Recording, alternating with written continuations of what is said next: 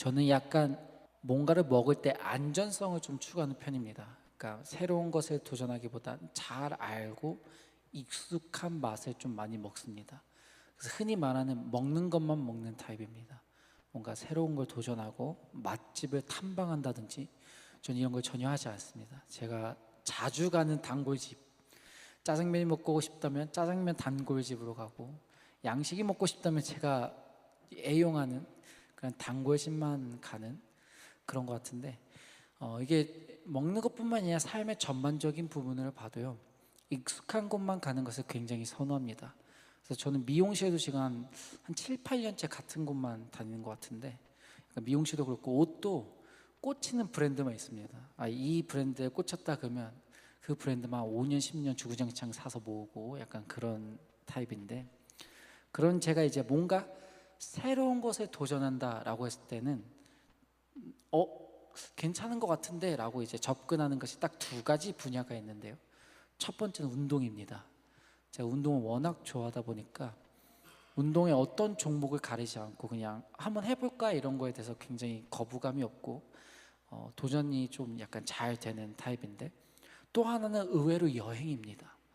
이게 새로운 것을 싫어하고 익숙한 것을 좋아하는 사람들이 여행 다니는 걸 굉장히 싫어하는데요, 저도 물론 여행 가는 것 자체보단 집에서 쉬는 걸 더 좋아하고 약간 집돌이 성향이 있기 때문에 집에 있는 걸 더 좋아하는데, 막상 이제 여행을 가면 저는 계획을 잘 하지 않습니다. 그러니까 전체적으로 여기 가면 여기 가면 좋대만 갖고 가지, 첫째 날에 어디 가고 둘째 날 어디 가고 셋째 날 어디 가고 어떤 음식점을 가고 약간 이런 것보다 그냥 가다가 예쁘네 한번 들어가 볼까, 맛있겠네 가볼까, 약간 요런 좀 즉흥적으로 가고 이런 것이 좀 많이 선호하게 되는 것 같습니다. 제가 왜 이런가 봤더니 대체적으로 즉흥적으로 간 곳에서 만났던 만남에 재미있었던 부분이나 좋았던 부분들이 참 많아요. 어디 지역 가면 저희 맨날 맛집이다 해서 가는데 생각보다 맛이 없을 때가 많습니다. 근데 어느 날 아무 정보 없이 그냥 배고파서 들어갔던 장소가 너무 맛있으면요, 그날 뭔가 그냥 기분이 되게 좋아요. 내가 새로운 장소를 찾았다, 뭔가 보물을 찾은 것 마냥. 그래서 제가 여행할 때는 좀 겁쟁이에서 담대한 사람으로 좀 많이 바뀌는 것 같습니다. 근데 우리가 살아가다 보면 이게 뭔가 도전하고 뭔가 해야 되고 지켜야 하는 것에 때론 담대함을 갖고 해야 할 때가 있는 것 같습니다. 이 순간만큼은 내가 두렵고 떨리더라도 도망치기보다는 정면을 이제 우리가 정면으로 나아가고 정면 승부를 걸어야 하는 그런 담대함이 필요한 순간들이 있는 것 같은데, 그게 언젠가 보는데 저는 좀 신앙이라고 생각합니다. 우리가 신앙생활을 하는 부분에 대해서 우리가 때로는 타협하지 말아야 될 때가 있고요, 맞춰주지 말아야 할 때가 있다고 저는 생각합니다. 그래서 오늘은 이 담대함이라는 거에 대해서 신앙생활을 할 때 왜 타협하면 안 되는가, 왜 상황에 내가 맞춰서 움직여지기보단 그냥 돌파하면서 내가 나아가야 하는가에 대해서 좀 한 인물을 갖고 여러분들하고 함께 나눠보려고 합니다. 먼저 이제 2주 전이죠. 제가 마지막으로 했던 설교의 이제 주제는 아름다운 퇴장이었습니다. 그러면서 제가 여러분하고 나눴던 인물은 모세라는 인물이었죠. 모세라는 인물은 가나안 땅에 들어가지 못했던 자입니다. 근데 제가 이것이 세상적으로 봤을 땐 참 불운하다, 참 안타깝다라고 하지만 모세 입장에서 하나님의 시선으로 바라볼 때 그것은 참 아름다운 퇴장이었다. 왜? 하나님의 사랑과 은혜를 경험할 수 있었던, 그곳에 가서 모세가 더 나빠지고 더 죄를 짓는 모습이 아니라 가장 아름다울 때 이스라엘과 헤어질 수 있었고 하나님 앞에 마무리 지을 수 있었던 참 아름다운 태장이었다라고 했는데, 이것이 사실은요, 이제 삼자 입장에서 보면 모세가 가장 불쌍하다고 할 수 있는 부분이지만 모세가 들어가지 못한 걸로 인해서 상황적으로 볼 때 가장 패닉이 올 만한 사람은 사실 누구냐면 이스라엘 백성입니다. 왜 이스라엘 백성이냐? 모세는 단순한 어떤 리더의 역할에서 멈추는 자가 아니라 지도자, 선지자, 또 선생의 역할을 동시에 한 사람입니다. 그러다 보니까 모세가 그들을 그 요단강 앞에까지 데리고 왔을 때, 가데스 바네아까지 데리고 왔을 때 그 모세의 여정, 이스라엘의 여정을 보면 모세가 책임진 게 너무나도 많습니다. 물 마시고 이제 뭐 생존적으로 어려울 때도 모세가 책임졌고요. 지략이 필요할 때도 모세가 책임졌고요. 전투가 있을 때도 모세가 책임졌습니다.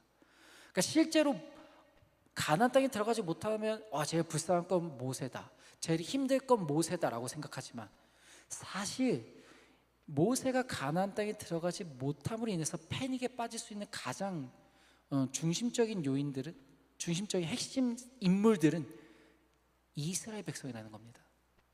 자, 근데 이거를 누가 알았냐? 모세가 알았다는 겁니다. 그래서 하나님께서 모세에게 자, 너는 가나안 땅에 들어갈 수 없어. 너는 여기까지야 라고 했을 때 모세가 하나님께 한 가지 청을 드립니다. 그 청이 어디에 나오냐면 민수기 27장 15절부터 18절에 나오는데요. 거기 원래 제가 이걸 다 읽으려고 했는데 지금 시간이 없는 관계로 16절, 17절을 보면요, 여호와 모든 육체의 생명의 하나님이시여 원하건대 한 사람을 이 회중 위에 세워서 그로 그들 앞에 출입하며 그들을 인도하여 출입하게 하사 여호와의 회중이 목자 없는 양과 같이 되지 않게 하옵소서라고 나옵니다. 그러니까 이 말이 무엇이냐? 쉽게 말하면 모세가 하나님에게 드린 청은 내 후계자를 달라는 거예요. 내가 이제 없을 때 이들이 목자 없는 양, 길 잃은 양이 되지 않도록 그들을 이끌어줄 수 있는 후계자 한 명을 주께서 세워주세요라고 지금 이제 모세가 청을 올린 건데, 그리고 나서 하나님께서 그래 알겠어 그러면서 한 명을 딱 꼽으십니다. 그게 누구냐? 18절에 나오죠. 여호수아라고 나옵니다. 여호수아. 자, 여러분, 근데 우리가 이때 이 여호수아가 리더로 세워졌다라고 했을 때 우리가 좀 생각해 봐야 될 게 무엇이냐? 우리가 보통 한 집단의 리더를 세울 때는요, 그 리더가 해왔던 어떤 행적이나 업적들을 가지고 추천하거나 뽑기로 합니다. 그러니까 아무런 보였던 게 없던 사람을 갑자기 리더로 세우지 않아요. 이전에 이 사람이 했던 어떤 잘했던 일들, 훌륭한 일들을 가지고 리더로 추대합니다. 자, 그렇다면 하나님께서 여호수아를 세우신 이유가 무엇일까요? 하나님께서 왜 이스라엘의 그 많은 사람들 중에 모세의 후계자로 이 여호수아라는 사람을 뽑으셨을까요? 오늘 거기부터가 좀 핵심인데, 우리가 보통 여호수아 하면 떠오르는 게 뭐죠? 여호수아, 하나님께서 모세의 후계자로 여호수아를 뽑으셨다면 우리가 떠오르는 사건은 딱 하나입니다. 가나안의 정탐. 12명의 정탐 중에 10명은 그 땅은 우리가 가질 수 없습니다라고 얘기했을 때 딱 2명만 그 땅은 우리가 가질 수 있습니다, 우리가 그들을 정복할 수 있습니다라고 얘기했던 딱 2명입니다. 그 여기서 또 의문이 생기죠. 왜 여호수아 갈렙 중에 여호수아일까? 왜 갈렙이 아닐까? 왜 하나님은 여호수아를 계속 고집하실까? 근데 이 여호수아를 하나님께서 세우신 그 가장 결정적이다라고 생각했던 내용이 저는 어디에 나오냐? 출애굽기에 나온다고 생각합니다. 자, 먼저 이 하나님께서 이 여호수아라는 사람을 택하실 수밖에 없었던 사건을 오늘 먼저 한번 살펴보려고 하는데, 출애굽기 17장 8절부터 10절입니다. 이 한 사건 아주 중요한 사건인데요, 제가 읽겠습니다. 그때 아말렉이 와서 이스라엘과 르비딤에서 싸우니라. 모세가 여호수아에게 이르되 우리를 위하여 사람들을 택하여 나가사 아말렉과 싸우라. 내일 내가 하나님의 지팡이를 손에 잡고 산 꼭대기에 서리라. 여호수아가 모세의 말대로 행하여 아말렉과 싸우고 모세와 아론과 훌은 산 꼭대기에 올라가서. 아멘. 자, 방금 우리가 이 출애굽기 17장을 보면요, 여기에 이스라엘 전쟁에 관한 이야기가 나옵니다. 자, 여기를 보면 이스라엘이 르비딤이라는 곳에서 누구랑 싸우냐? 아말렉이라는 민족과 전투를 치릅니다. 자, 근데 이 아말렉이라는 족속을 보면요, 이 뿌리가 어디서 시작되냐? 36장, 창세기 36장 12절을 보면 이 아말렉의 뿌리가 어디냐? 에서에서 시작됩니다. 여러분, 에서가 어떻죠? 사냥을 잘하지 않나요?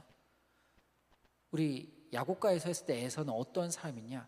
사냥을 해서 고기를 아버지께 바치던 사람이었습니다. 그러니까 사냥을 잘하고 굉장히 호전적인 인물이 에서라는 거죠. 자, 이제 내려주셔도 됩니다. 근데 이제 집중해야 될 건 뭐냐? 이 아말렉 족속이 머무던 곳이 어디냐? 지도를 보면 홍해를 건너고 나서 가나안 땅이 여기고요, 광야가 여기고요, 이 가나안 땅이 여기인데, 광야랑 이 홍해 사이에 요 역삼각형의 모형이 있습니다. 여기를 뭐라고 얘기하냐면 시나이 반도라고 합니다. 그래서 이 역삼각형의 맨 마지막 꼬리 부분이 뭐냐면 시내산입니다. 그래서 이스라엘 여정을 보면 여기 홍해를 건너서 시내산까지 내려왔다가 다시 가나안으로 이렇게 올라갑니다. 근데 여기 요 시내산 직전 요 위치, 여기에 이제 르비딤이라는 곳이 있는데, 여기에 이제 누가 머물었냐 봤더니 이 아말렉 족속이 머물고 있다고 얘기를 합니다. 근데 이 아말렉 족속은요, 어떻게 살아가는 사람들이냐면 첫 번째가 유목민입니다.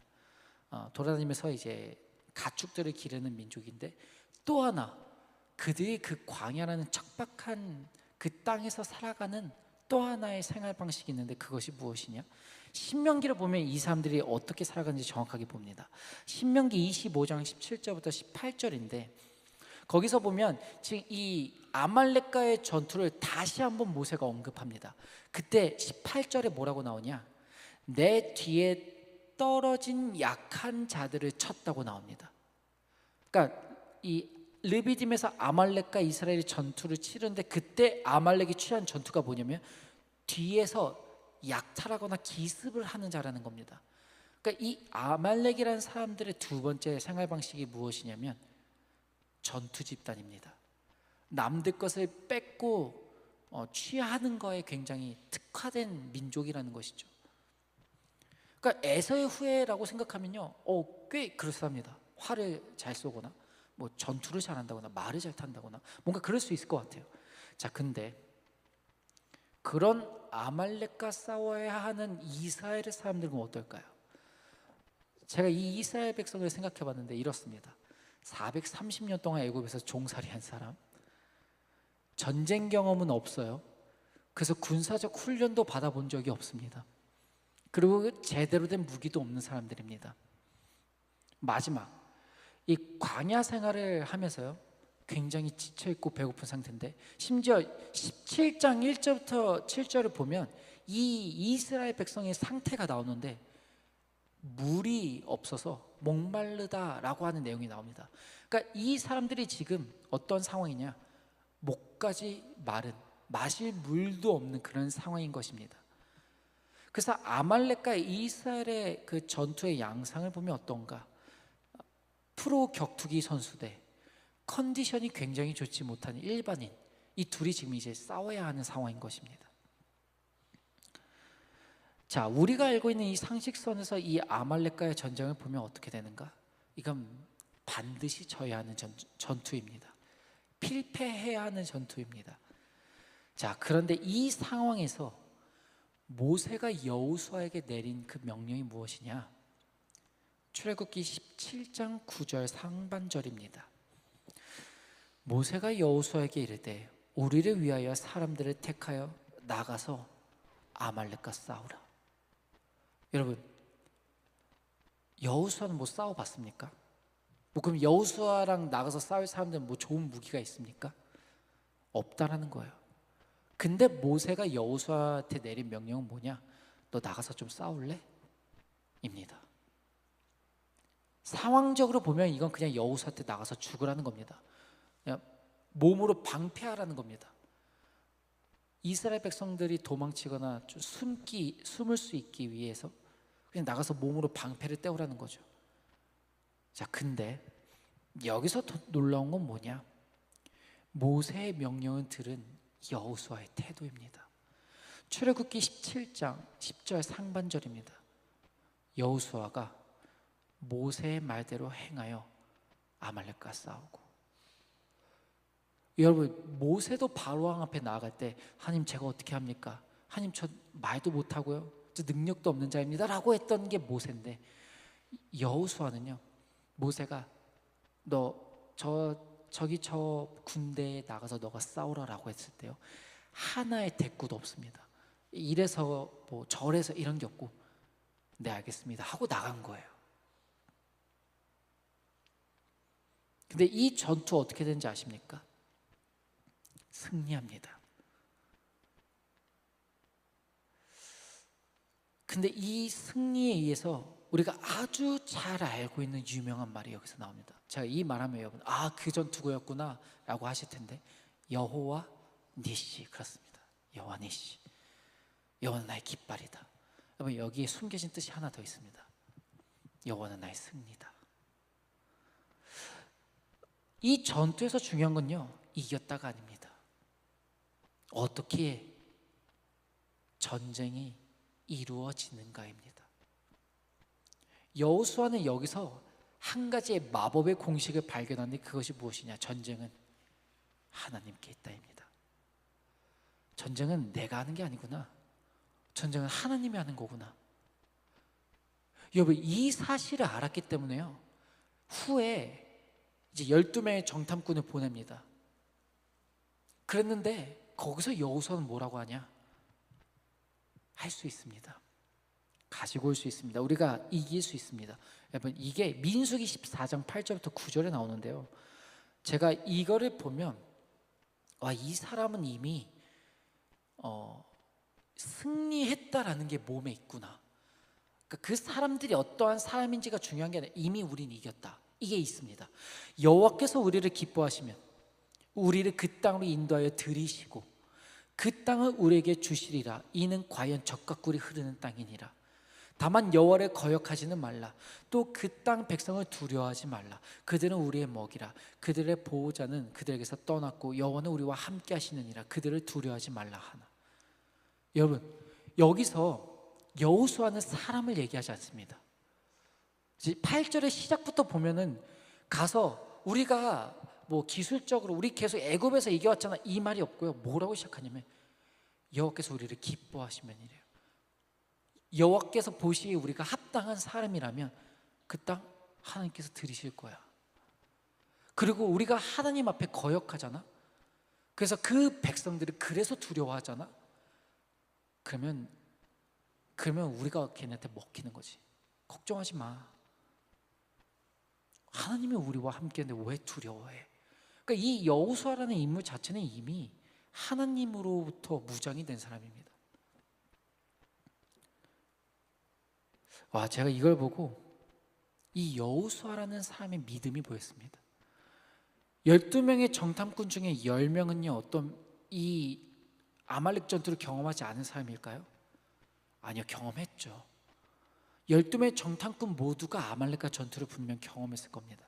근데 여호수아는 이미 전쟁은 하나님께 있는 거구나를 알았고 그걸 체득한 사람이라면, 그렇지 못했던 10명의 정탐꾼들은 거기까지 도달이 안 된 겁니다. 아직도 전투를 사람에게 있는 거고 사람의 능력과 전략으로 본 것입니다. 제가 근데 딱 이러고 나서 또 웃겼던 건, 이스라엘 백성이 언제부터 그렇게 분석하고 따지면서 저기까지 갔는가였습니다. 이 사람들이 약간, 이런 말하면 좀 그렇죠, 쥐뿔도 없는 사람이 아니었습니까? 이 사람들 애굽에 나올 때부터 뭐가 있었나요? 사실 생각해 보면요, 이 사람들은 이미 그 출애굽의 여정, 출애굽하기 위해 직전부터 이미 이들에겐 전략은 없었어요. 이들이 애굽에 나와야 되면 보통 노예가 해방이 되려면 상응한 값을 치러야 됩니다. 그러니까 몸값을 치러야 된다고 하죠. 이스라엘 백성들이 430만 명입니다. 430만 명 저희 장정만 60 죄송합니다. 장정만 60만 명입니다. 장정만 60만 명이 한 가정당 4명이라고 치면 240만 명입니다. 더 많았을 수도 있고 더 적을 수도 있어요. 그러면 그 한 명 한 명의 몸값을요 바로 왕위가 치르고 나와야지만 노예로서 해방이 됩니다. 그러니까 이미 이 사람들은 출애굽을 시작할 때부터 어떤 전략이나 분석을 따지고 할 수 있는 상황 자체가 아니었다는 거예요. 그리고 뭐 홍해 바다를 건널 때 뭐 전략적으로 바람이 불어서 야 갈라지겠다 이때 건너자, 이들은 한 번도 전략적이었던 순간이 없습니다. 그냥 이들에게는 하나님이 곧 전략이었다는 거예요. 근데 언제부턴가 이들이 먹고 살기 시작하고 안전해지고 뭔가를 추구하기 시작할 때부터 자꾸 분석하시고 따지게 되는 겁니다.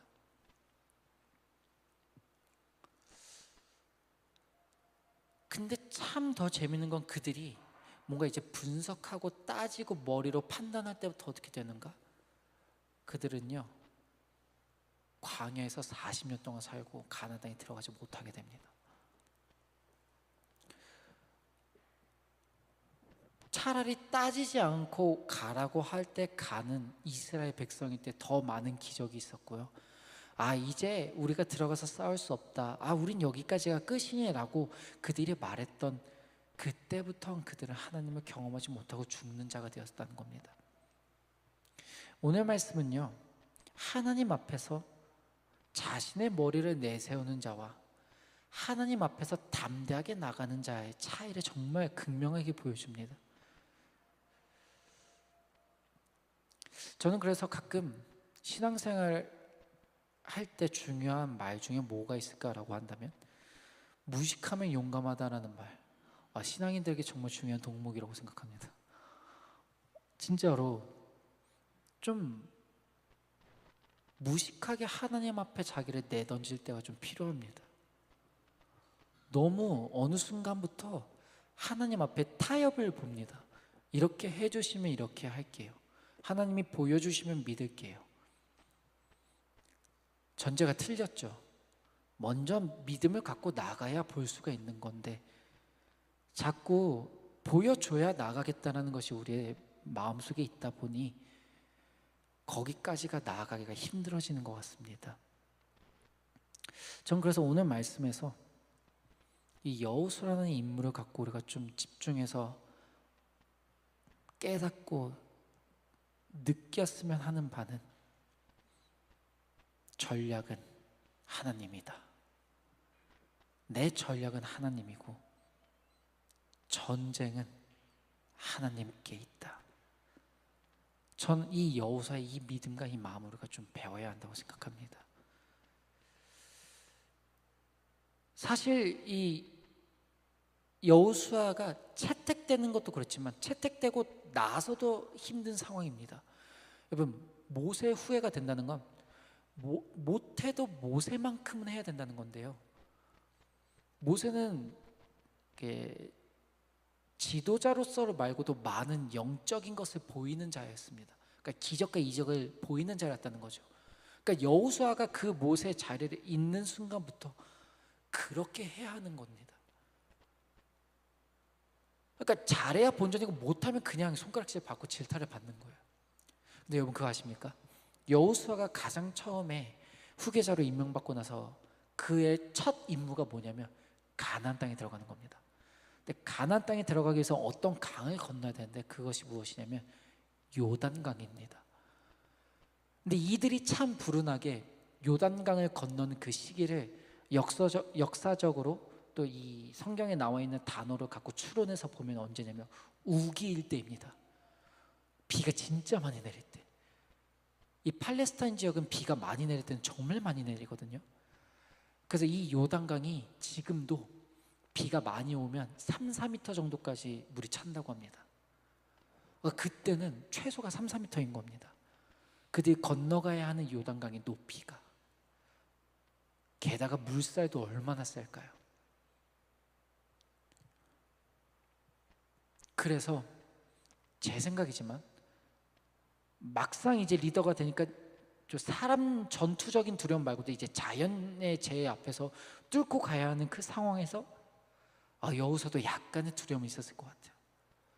그래서 그 마음속에 약간의 멈칫은 있었을 것 같아요. 왜? 이 말씀 때문에. 근데 또 이 말씀 때문에 그 멈칫이 이제 다시금 확신으로 바뀌었을 것 같기도 합니다. 오늘의 본문입니다. 여호수아 1장 5절부터 6절이죠. 내 평생에 너를 능히 대적할 자가 없으리니 내가 모세와 함께 있었던 것 같이 너와 함께 있을 것임이니라. 내가 너를 떠나지 아니하며 버리지 아니하리니 강하고 담대하라. 너는 내가 그들의 조상에게 맹세하여 그들에게 주리라 한 땅을 이 백성에게 차지하게 하리라. 왜 이 말씀을 갑자기 여호수아에게 주셨을까라고 했는데 약간의 그 부담감이 있었을 것 같아요. 모세의 자리를 이제 쾌차고 내가 가나안 땅으로 들어간다는 거에 자체의 부담감, 약간의 어려움이 있었을 것 같기도 하고, 또 막상 요단강에 도착했을 때 야 이거 어렵겠다, 야 거기 어떻게 넘어가야 되지? 라는 그 어떤 마음의 두려움이 있었을 것 같은데, 하나님께서 딱 이 말씀을 주심으로 인해서 제가 보기에 여호수아는 확실하게 이제는 자신을 갖고 자신감을 갖고 이 요단강을 건너게 된 것 같습니다. 그래서 그들이 요단강을 딱 갔을 때 어떻게 되죠? 정말 요단강이 홍해처럼 갈라지게 됩니다. 그러면서 이제 여호수아는 그렇지, 이게 하나님이시지, 이게 하나님과 함께하는 자지, 내가 해야 할 건 담대히 나가는 거지 라는 확신을 갖게 될 것 같습니다.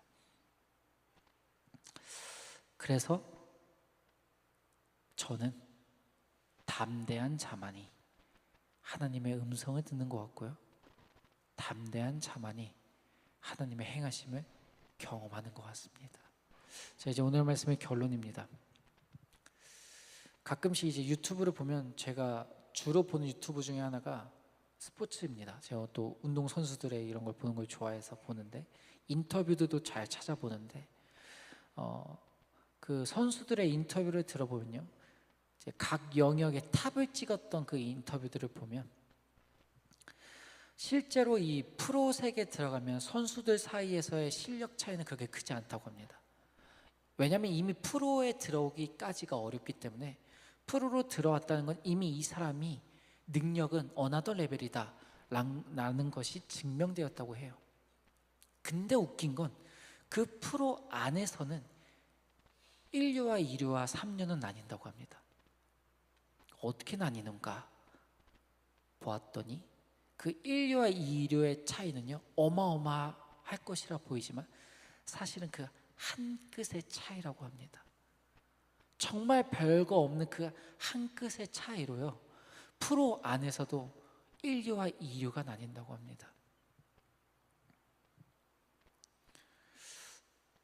저는 아담과 하와 이후에 정말 예수님을 믿고 따랐던, 또 하나님의 신뢰하고 따랐던 많은 인물들이 있을 거라 생각하지만, 그들 중에 택함을 받아서 성경에 기록되어지게 된 인물은 그렇지 못한 사람들과 분명한 또 명확한 차이가 있다고 생각합니다. 그리고 그 차이는요 저도 한 끗이라고 생각합니다. 두려울 때 딱 한 발자국 먼저 담대히 내딜 수 있었던 사람, 할 수 없다고 생각되어졌을 때 그래도 한 발자국 내디딜 수 있었던 사람, 그 한 발자국, 그 하나가 저는 하나님께 쓰임받는 자와 쓰임받지 못하는 자의 차이라고 생각합니다. 정말 바라기는요, 오늘 이 여호수아를 우리가 다시 한번 또 바라보며 또 묵상하면서 담대히 한 발자국 내딛고 나아가는 자가 될 수 있게 정말 간절히 소망합니다. 우리가 그 한 발자국을 내딛는 순간 두 발자국은 쉬울 겁니다. 세 발자국은 더 쉬울 겁니다. 왜? 한 발자국 이후에는 하나님이 우리를 이끌어 주시는 걸 경험하기 때문입니다. 우리 모두가 담대한 한 발자국을 내딛고 나아가는 믿음의 여정을 나아가는 주님의 자녀가 될 수 있기를 간절히 소망합니다. 기도하시겠습니다.